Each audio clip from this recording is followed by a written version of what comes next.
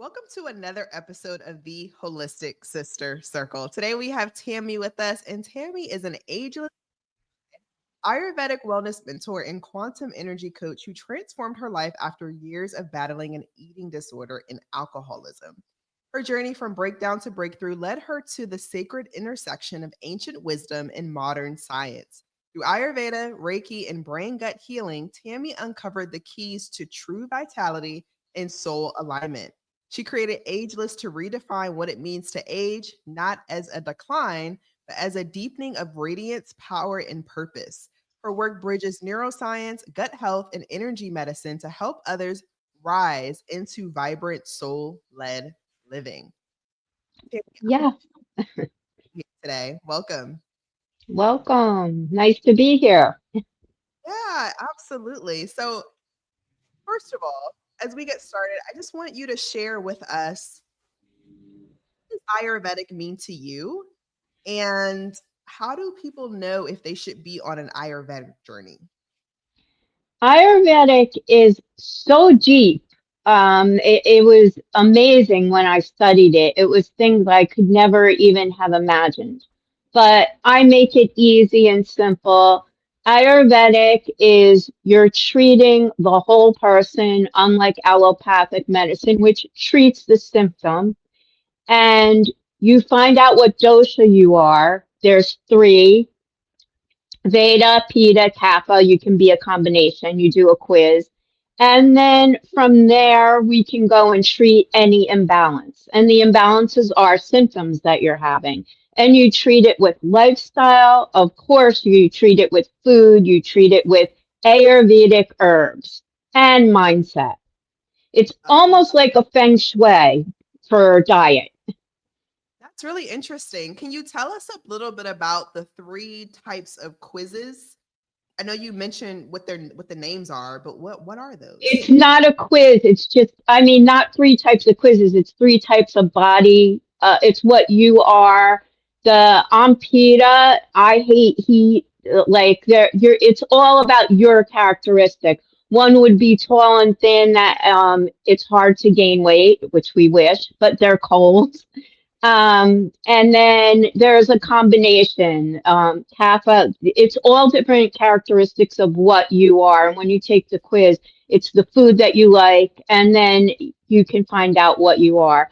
Also, I will be working with blood work, where I will be working with a laboratory, and you can send your blood work in. It's very simple, and I will read it, and I can implement small, very small changes to help improve where you're lacking. Your blood work will show what you're deficient in. And we can tailor make a diet and vitamins and Ayurvedic herbs or naturopathic herbs, whatever I feel and you feel is best for you.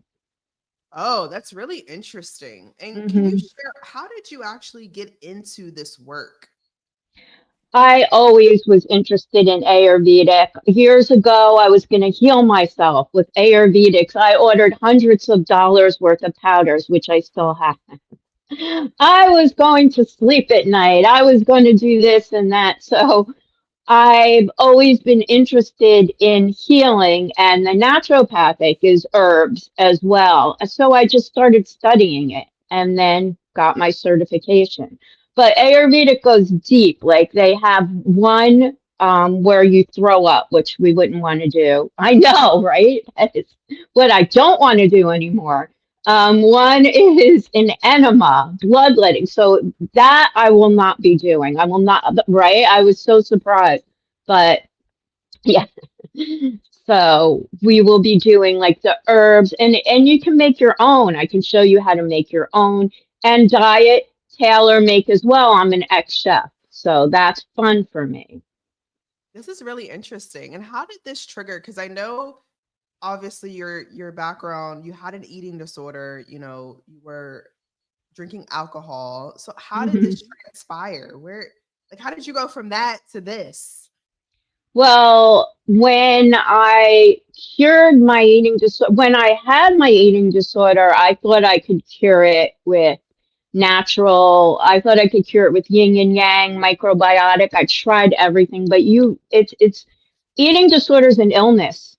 It's very hard to cure. You can't just jump into Ayurvedics or macrobiotics. You have to treat the illness and you have to treat yourself first. But I was always trying all of this. And then when I stopped, I was not healed. The inside of me was, I stopped the behavior, but I was still drinking. So nothing's going to work when you have an addiction. You're not going to be able to heal yourself with anything, especially while you're drinking alcohol. But I've always studied it while I was engaging in the behavior. I've always been interested in health and wellness. Wow. And what do you feel like led to your eating disorder? Um, I'm actually doing a story on it. My dad was mentally ill, and my mom was miserable. She didn't know what she was in for. So I was raised by, it was a very abusive childhood, which I forgive them, and I that's how Ageless was born, forgiveness and love. But I was called fat when I was like a toddler.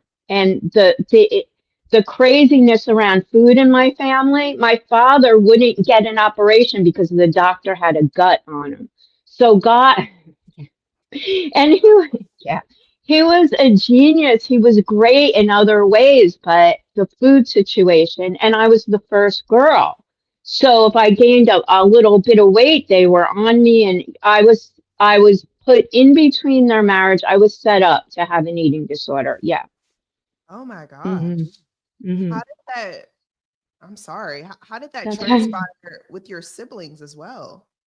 My siblings were boys, so they did not suffer. My poor mom at the end, she was so sorry and she apologized. She wrote me a letter and she tried to be close to me. I wasn't ready, but yeah. Um they weren't treated like me. The female was not treated as well as the males in the house. Yeah. Wow. Hmm. Wow. And then, so from the eating disorder, what actually caused the drinking?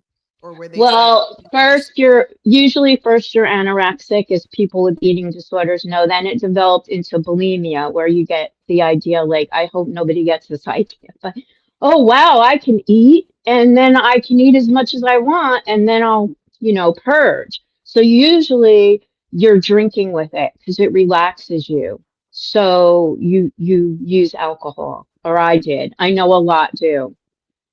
wow, Yeah. Hmm. so interesting. Yeah, and it's painful. Yeah, I bet. Oh my gosh, Hmm. I bet. I'm just even thinking because even when you purge anyway, just when you're thinking Yeah. about it, like your esophagus, it burns. Yeah, and I was bad. I was up to like 3 times a day. All my teeth, I still need work. And yeah, yeah. Wow. I look back at that girl and I really wish I could give her the love and support she needed instead of being yelled at for it. And, I was blamed for it. So I would try to hide it and I'd tell my dad I was fine. And, there was no help back then for this. And it's still looked upon as like disgusting. Yeah. Wow, that's terrible. And Hmm. how did you make that transition? Like, what was that pivotal moment for you? I was trying really hard. I had 3 kids, and of course, I was married too young. I married to get out of my house. Teenage, I was scared for my life at one point. I was terrified. So I was pregnant young, and I left. And my ex-husband, it was not a good marriage. I wasn't ready to be married. I wasn't, and what happened was I remember I was looking at a bagel and I said, this damn thing has more power over me than I have. And that was my pivotal moment. I said, I am no longer letting this control me. So that one day led to 2 days of not doing it. Then if I had to slip up, I would look in the mirror and say, you're okay. You're okay. You can do this. And I gradually, with self-love that I had never given myself, and understanding and not beating myself up for a slip up, I was able to beat it. Wow. That's Hmm. amazing. So if you were to just share this story with someone, maybe they're battling anorexia or bulimia right now, or any type of eating disorder, or maybe they're battling, alcoholism as well, and they're Hmm. binge drinking, what would be something that you would say to them? I would say you don't have to change into this magical, healed person, this wonderful person with new habits. You just have to learn energy change in how you look at things, and little tweaks here and there, behavior modification and support. Get support, somebody you can trust, and try to not beat yourself up over it. But no, you can do it. If I did it, I was deep in it. You can do it. And with the alcoholism, I was drinking, and my son had visited me from China. He lives in China, and I must have been drinking, and I didn't know that I had told him I was miserable drinking. I had forgotten. And he took me out back and he prayed on me, and it lifted. He was the conduit from God. I'd never felt anything like it. I tried to beat it. I tried. I couldn't do it on my own. And I stopped. That is amazing. I That is know. amazing. I love Hmm. that. It's so amazing how, guys, God just enters our lives in these pivotal moments, and we think that we're going through these unforgettable things and these transformations, and what we don't realize is that is the awakening of what he wants us to do in the world. Like, that is literally the pivotal moment of how we're going to just effectively change and to change the I ones around us. I can cry because I wasn't religious. I had no idea about it for him to do it. And do you know I stopped drinking that night? uh, it was like 30 years of drinking. I didn't go into detox. I didn't go in, but I couldn't sleep for 8 months. I was itching and I couldn't, nothing happened to me. If you're drinking a lot, I'm not saying for you to do that, but that's what I did. I had no detox symptoms, and my sleep now is wonderful. I can finally sleep at night, and yeah. Look at God. That is amazing. Now, Hmm. fast forward to where you are today. Can you talk a Hmm. little bit about just the client work that you've dealt with? What are some of the just the challenges or the issues or the root causes that your clients come to you for? And how are you able to help them get on the other side? Well, again, people don't realize how easy it is. They don't understand that with a little support, people need support. And I take all of that negative energy and what happened to me, and I put it into strength to heal others. And it's very strong when they get support. They can't believe they're being supported without judgment.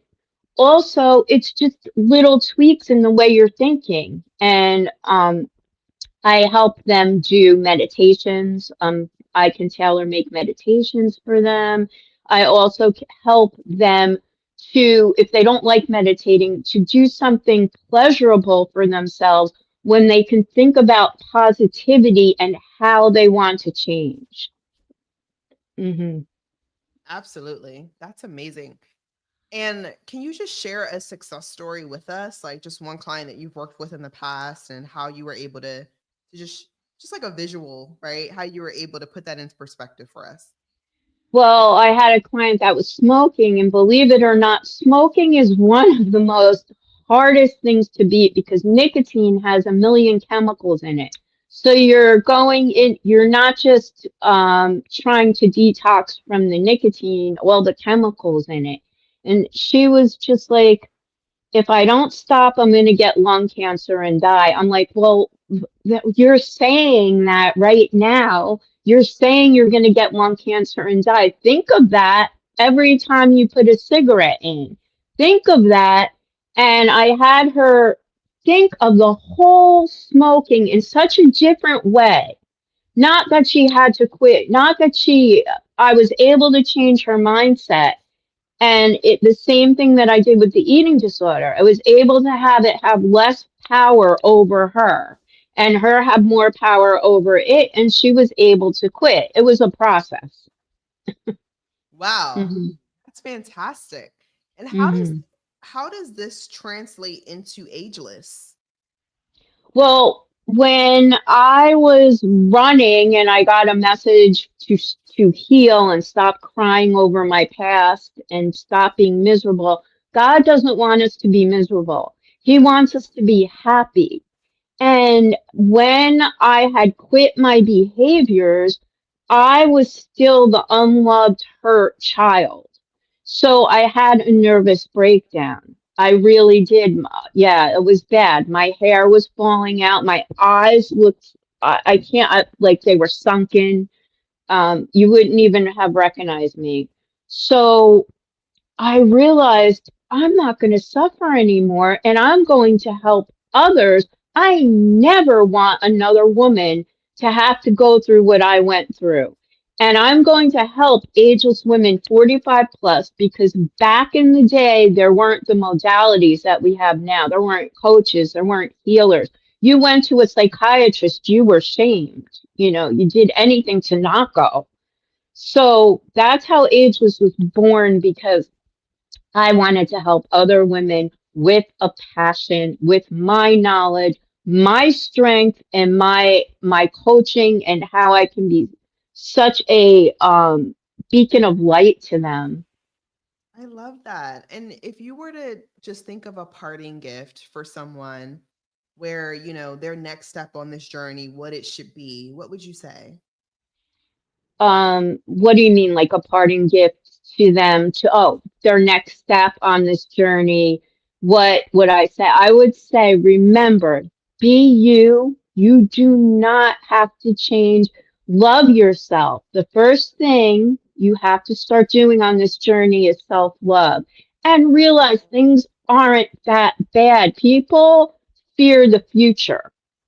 The future is something to be looked forward to with wonder and awe. Beautiful things are happening. Live in the moment. Just because you're on this journey and you might need help right now, you can do it. Don't think ahead. That's what happens. People think ahead, then they get negative. Just calm down, breathe, and give yourself self love and think about getting the help that you need with a coach or however. But say to yourself, I love myself, and be happy you recognize that you want to take this step and this journey. That's actually some so good advice because, one of the things that I've noticed is one of the reasons why we may interact with people the way that we do, or maybe not. Maybe there people are expecting more from us and we're not able to provide it. And a lot of it is through how we treat ourselves. If you're not Mm-hmm. going to show up for yourself in that way, if you're not going to, put your back against the wall for yourself and do the things that you need to do to make sure that you're good, how can you help someone else? Exactly. And how can you heal? You have to start giving yourself and giving yourself self-love because it all starts with the heart. Once the heart opens, it goes to the brain. There's a heart-brain cohesiveness, and you can move mountains with it. You don't realize. I love that. Well, Tammy, this has been amazing. Thank you so much for being a part of our community. If anyone was looking to connect with you further, what does that process look like? DM me. I'm still not sure about my website. It will be up this week. Somebody took my domain name, and so we had to repurpose it to .org. It will be agelesssoultribe.org. But just DM me. You can go on Facebook, join Ageless Soul Tribe Facebook, or get me Tami Anne Strochak. I love that. And I know you're also having some type of summit or something coming up next month. Yes, Can you I tell me don't. about that? Yes, it's a rebirth summit. There's going to be 126 speakers. There are people that have healed brain cancer through nutrition and was given no hope to live. There are healers. I will be talking about my rebirth with from the breakdown to breakthrough, with the eating disorder and coaching and people. It's not just for me, it's for everyone. It's 5 days. I'm going to be speaking Monday. It's only 15 minutes, my 15 minutes of fame, 2:15 to 2:30. But I think it's going to be seen on Roku TV, Apple TV, all over. So it's a really beautiful, positive thing. All you have to do is hit the link and sign up. Your name, email takes you right to it. It's easy. That's awesome. So I'll put that in the description notes as well. So anyone who wants to Mhm. connect with Tami further, or even some of the speakers that will be at the event, you'll have the opportunity to do so. Yes, that's Awesome. really good. Well, thanks again, Tami. Until next time. Okay, you're welcome.